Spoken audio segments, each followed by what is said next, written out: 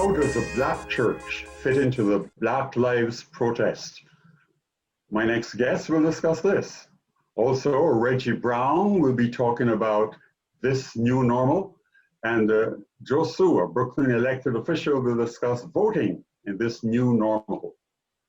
But let's begin with talking about the church. We know that the church has played a pivotal role in protests.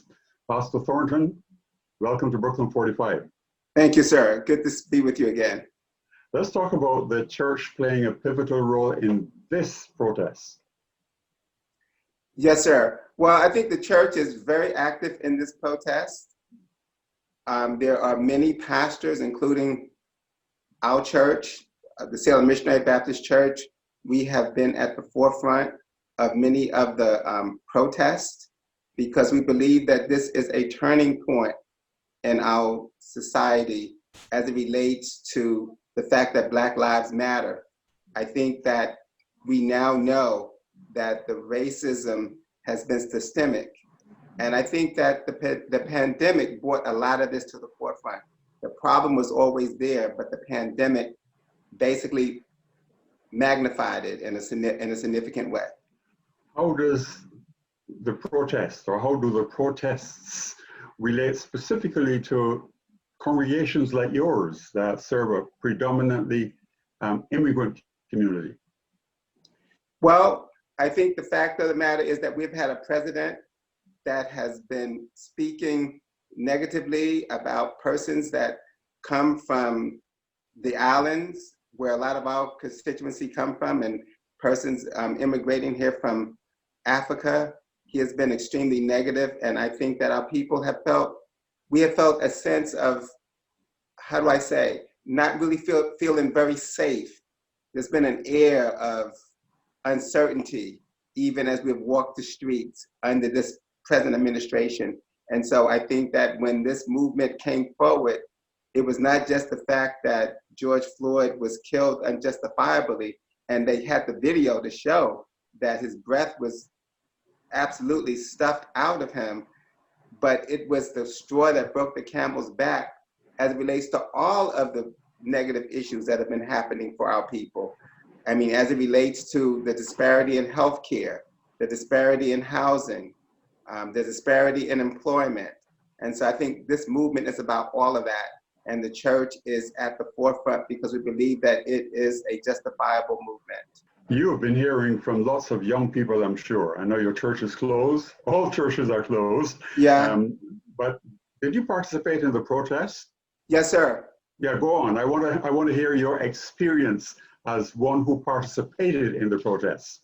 Well, we had a protest right on Flatbush in Church near the Dutch Reformed Church. And it was amazing that so many young people were a part of that.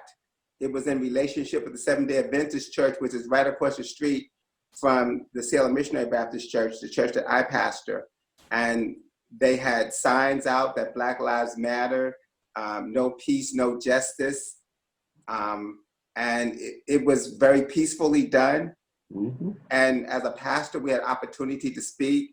The pastor of the Seventh-day Adventist Church talked about the Good Samaritan and how it was the priest and the Levite that passed by, but the person they least expected to pass by was a Samaritan. He was the one that passed by to help. And he used that in the context that we would expect that our police officers would help us and protect us, not kill us. I spoke and talked about it's important that this movement is sustained, that we shouldn't just make noise today and then stop. It has to be a sustained movement. Mm-hmm. And also the importance of voting. I believe that this year the vote will be suppressed. They will try to suppress the vote. We talked about the fact that, I spoke about the fact that we have received in the mail a absentee ballot application. People think that that's the absentee ballot. I wanted to explain to them that that needs to be filled out so they can get the absentee ballot, so that we, in fact, can vote. And then, of course, the importance of filling out the census. I mean, how do we develop strategy and be as responsible as we can as it relates to making a real change? I'll be talking to Josue, Pierre in a short while, and we'll be talking about voting. But let's get back to the protests. What do you think the lessons are that the young people who you saw protesting will take away from this protest? I think that they will take away what has always been the case. Protest has always been effective when young people are involved and we have their energy. But this time, we have some very bright minds. I mean, you have college students, you have young professionals, and they are very savvy, and they're also tech savvy, but they're also very much aware of the fact that this is not something that you can just sort of gloss over.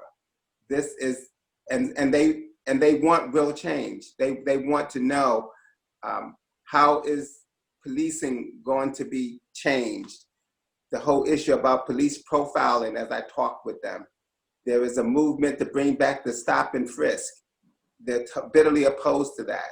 So they're really at that. And the other thing that happened with this time is that you don't just have people from the Caribbean and people of color, but also our white brothers and sisters, which was amazing to see, you know, our white colleagues having a sign that says Black Lives Matter. Yes. You know, people say that there are not enough Black men to go around for the many Black women that exist.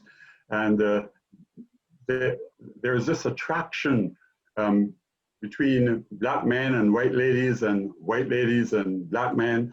And we've been seeing this during the demonstrations. What do you think the future holds for this kind of unity? That's an interesting question, sir. I think that we're going to have to be open to accepting that we're all in this together. I think that, you know, prayerfully, that Black men and Black women are having very honest and serious conversations with their partners about what it means to be Black.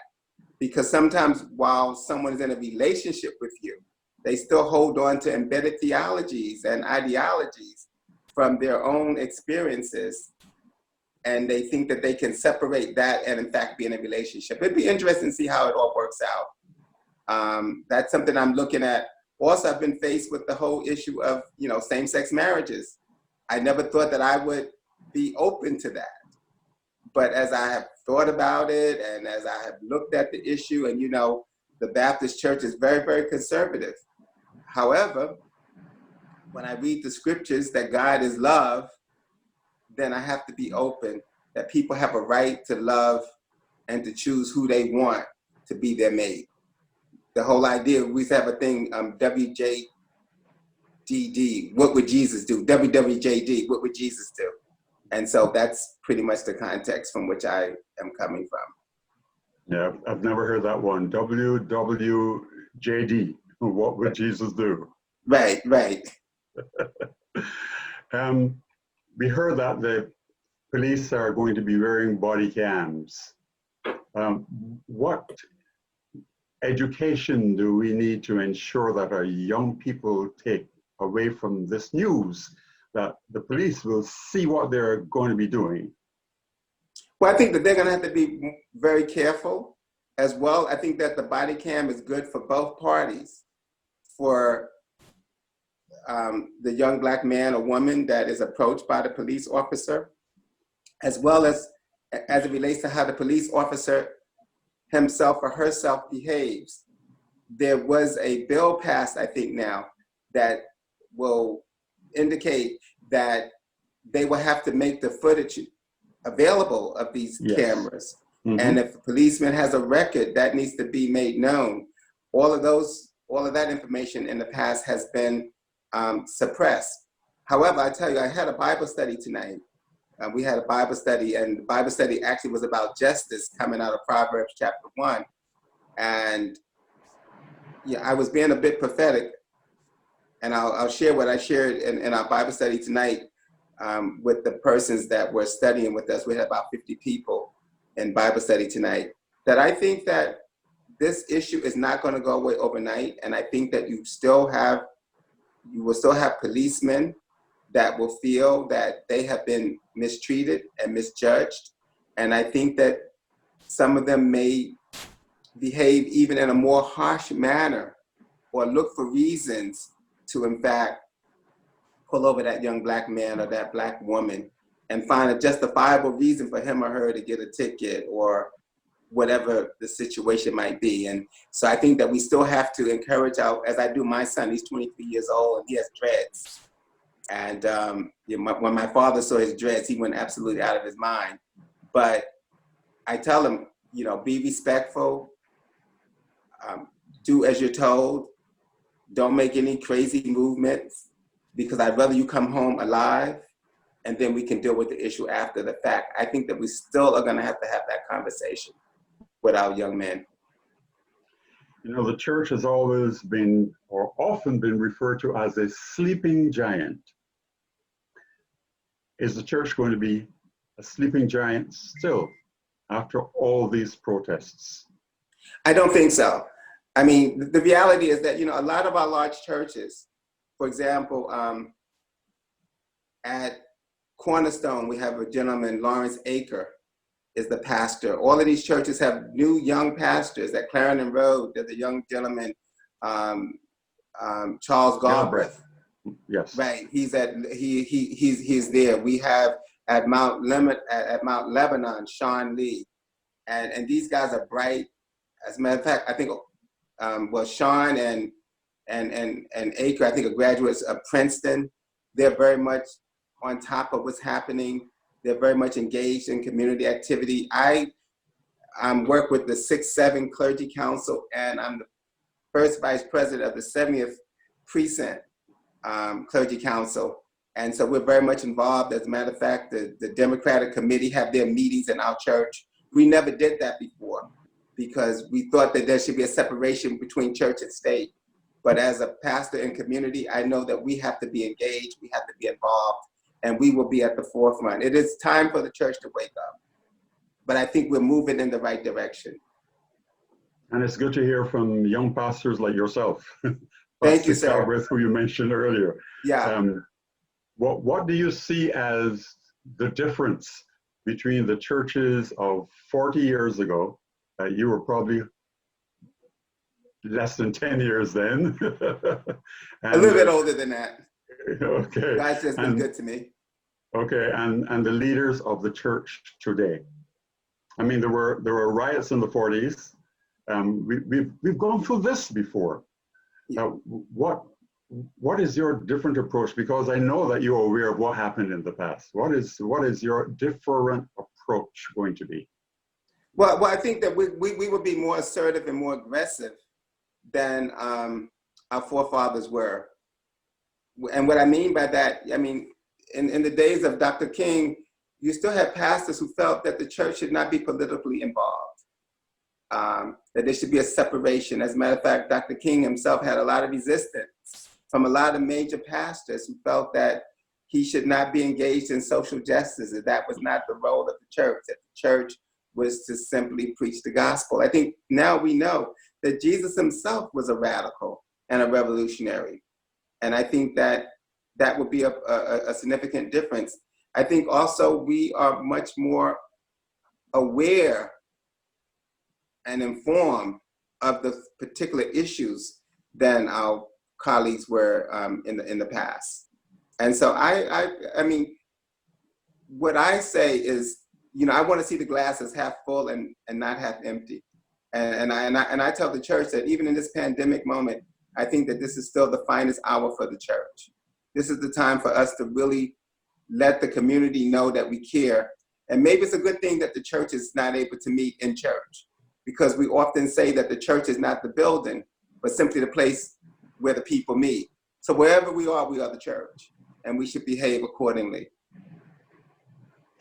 We've got 1 minute left, but I wish we had enough time to talk about economics and the participation of young people in business activity and knowledge of the economics, and how can they be different to the people in our generation? That's an excellent question. I wish we had more time on that too. I think that's where we're falling short. I mean, we have often economic empowerment seminars at the church. I think the church has fallen short in terms of being at the forefront, because I often say that you cannot do ministry without money. And as a matter of fact, even this is one of the places where I'm not happy with political leaders and even some pastors. I don't think that we've even fought hard enough to make sure that we are getting a piece of the pie to be able to survive through this pandemic in terms of the PPL loans and those kinds of things. And even as it relates to opening the church, it's been like 3 months now since we've been able to gather. And we're also like a small business. If we can't gather and raise money, then we cannot do ministry. And while they said, okay, we'll give you a moratorium on the bills during the COVID-19 season, but when it ends, they didn't say you don't have to pay the bill. They're going to want their money. Yes. And so we're going to have to be much more aggressive. I think that that's where we really need to be placing a lot more of our energy. And we're going to have a continuing conversation. Thank you, sir. Thank you, Pastor Thornton from the Salem Missionary Baptist Church right here in Brooklyn. Thank you for being my guest on Brooklyn 45, and thank you for our discussion. Thank you. Thank you. Good to see you. And now let's move on to Reggie Brown. Thank you, Sam. Change is inevitable. The mobile phone, the internet, the electric car, and same-sex marriages are proof that change is inescapable. Today, social distancing, face masks, greeting each other with the elbow bump, citywide curfews, and homeschooling have become our current new normal. And as we settle into this new normal, refusing to be bound to the starlit skies that reflect only where we stand in the moment and not where we stand united with every faith, every black, white, Latino, Asian, Native American, young, old, gay, straight, man, woman, and folks with disabilities who believe that together we can empower and uplift those who need it most. In these unprecedented times, as we continue to practice togetherness in the days to come, we will start to see how united we stand. My name is Reginald Brown, and this is Brooklyn 45. Thank you, Reginald Brown. Is the message to vote being overshadowed by the protests? Josue Pierre, who is an elected official and is very much involved in the move to ensure that more people vote this time, he's my guest. And Josue will be talking to us about the importance of voting. Welcome to Brooklyn 45, Josue. Thank you for having me, Mr. Tate. It's always a pleasure. Elections are upon us. With the current state of the economy, with the current state of the COVID virus, with the current state of protests, how are we going to get people out to vote? People have to be motivated. The current state of things is a motivation in and of itself for people to come out and vote.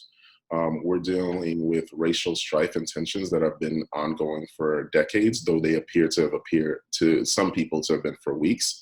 We're dealing with health crises that are yes, there is a pandemic that touched it off, but the existing healthcare infrastructure isn't sufficient to meet the needs of middle and working class people. We're also still in a housing crisis. We're still in an education crisis. We're still in a jobs crisis. So what you have is a confluence of events which should propel people to say, let me stop, think, and look at the leadership that I have now and see if it makes sense for the issues that we have going forward. You know, there's been a lot of passion over the past few years for change in this country. How important are elections in ensuring that we get the change that a lot of us are clamoring for? Elections are critical to ensure that we get the change that we are clamoring for. If you look at the leadership that you have today, be it on the national level, the state level, or the municipal level, if they have not addressed the issues that are most critical to you, again, whether it be housing or healthcare, then that is an indicator. If they have not spoken to those issues, if they have not put forth the legislative actions, the budgetary actions, then it doesn't make sense that we would continue with that type of leadership. So the elections are your best opportunity to actually say, this is what I want, and I want it now. The state is allowing people to vote in absentia, absentee balloting. Yes. Do you think people will take advantage of this? I believe many people already are taking advantage of it.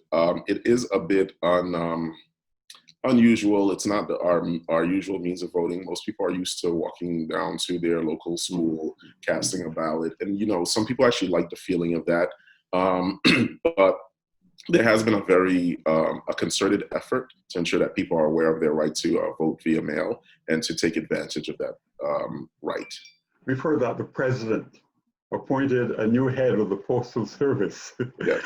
How is this going to affect people going out and mailing their absentee ballots? Is there going to be a fair? There are always two sides. There's the internal and the external factor to everything. You have a particular duty to understand what the process is and engage in the process. The external factor is the level of competency of this administration is clearly subpar. The people that have been appointed to most situations have been subpar. So I can understand what everyone's concern is with regards to their ability to carry out their expected responsibilities. But you as the citizen still must carry out your responsibility. You're not allowed to be subpar just because the administration is subpar. Let's talk about the options available to voters. People are now being allowed to vote early. How is that going? The first early voting dates that we had, I believe were last year. They went pretty well, either earlier this year or last year. We had early voting and it went pretty well. It was pretty new to most people, so it wasn't a mad dash and a rush, but there are people who are appreciative of it because, every election year, either late in the evening or during the day, I'd see people running by to work saying, I didn't know there was an election today. Well, or late in the evening or the day after, they said, why didn't somebody tell me there's an election? So this time when it happens, you can always say, well, you can always walk over to the polling site tomorrow. Your club. The Shirley Chisholm Democratic Club. I'm sorry? The Shirley Chisholm Democratic Club. Yes, okay. You're also a district leader. Yes. Let's talk a little bit about what you are doing in the community here in Brooklyn. Okay, so just yesterday evening, we hosted the Congressional Candidate Forum for the 9th Congressional seat, where we had a number of the candidates there come take questions.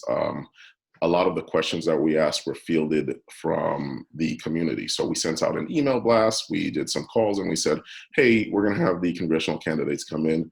What are some of the key questions that you would like to ask? What are the topics you'd like us to cover? So our questioning was based on that cover. And as usual, housing, jobs, healthcare, et cetera.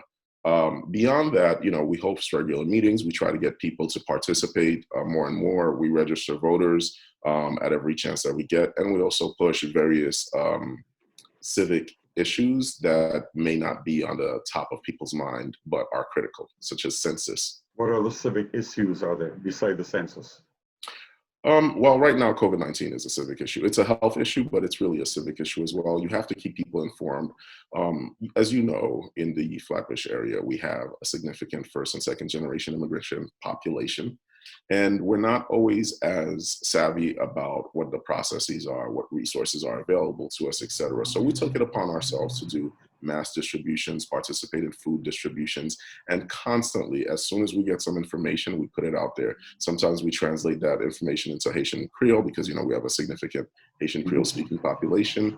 And I myself, I have my radio show on Radio Panu, where I literally take all the information I can get and I talk about it in Creole for those who are not as familiar with English.